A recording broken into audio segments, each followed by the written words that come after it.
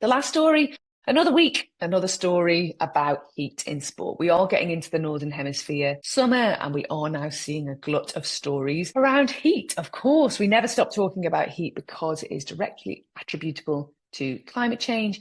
And although we love a record being broken in sport, we are not so keen on keeping reading about record breaking heat and weather again and again. So France's first ever May heatwave alert. So France have obviously put out heatwave alerts over the years, but never in May. That's the first time that's happened in France. And the UK has experienced its hottest May days on record as well. The French Open is the best example in terms of what's happening in France. So they've been suffering through what media are calling a grueling heat wave. Canadian player Gabriel Diallo said the heat was the main reason why he retired midway through his match against James Duckworth on Sunday. And then Norwegian Casper Ruud has reached the second round of Roland Garros, but he spoke about the heat in a post-match interview, saying it was kind of a heat stroke feeling. I'd experienced something similar years ago when I played in Washington, DC, and I had to retire after the third set. That's the only time I had the feeling I had today in the fourth set, where I felt at times really dizzy and walking around like a zombie almost.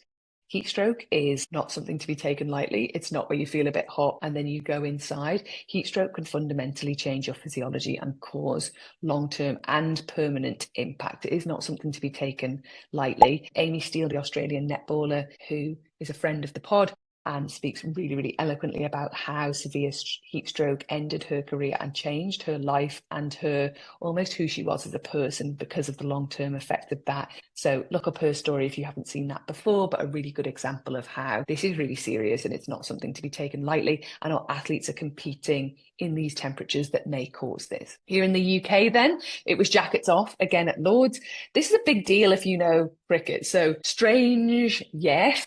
The historic Lord's Cricket Ground, the Marylebone Cricket Club, enforces an ultra-strict dress code for its members. Allowing men to remove their jackets in the pavilion is a really big deal. If cricket isn't your sport, you might be like, what are you talking about? People are allowed to remove their jackets. Obviously, it's hot. This is a really big deal because it's a rare change of these ultra strict dress code, and the venue's really deeply entrenched centuries old traditions, and they are obviously doing this to prioritize human comfort during an extreme heat wave. We are seeing impact in these two. There's obviously heat waves happening all over the world, but just this week, these are two that have broken through for us. So France and UK are sweltering. How is action being taken? So we had a recent reminder about an exercise called Paris at 50 degrees Celsius, which took place in 2023, which was a climate resilience mission. And it was a simulated crisis, basically, a drill of a simulated crisis launched by the Paris City Council. 70 people were taken into an abandoned railway tunnel that is always 64 degrees Fahrenheit or 18 degrees Celsius, making it a great safe haven from potentially lethal heat waves that was going to be imagined outside. And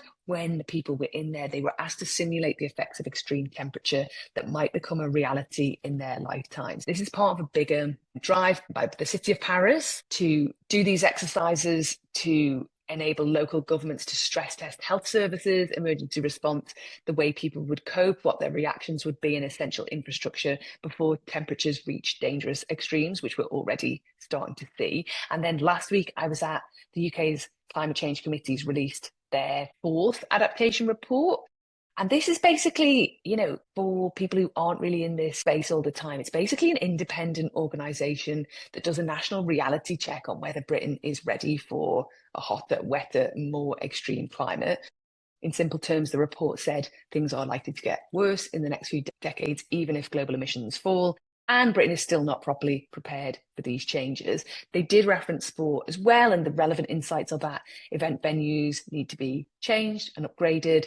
Dates and playing seasons may need to be adjusted to reduce exposure to dangerous climate conditions, particularly in midsummer and midwinter. So these changes are happening, these drills are happening, the reports are out there. We know what we need to do, but now it's about scaling action, and sport obviously is one of the strongest ways we can connect with people in this way and around these stories.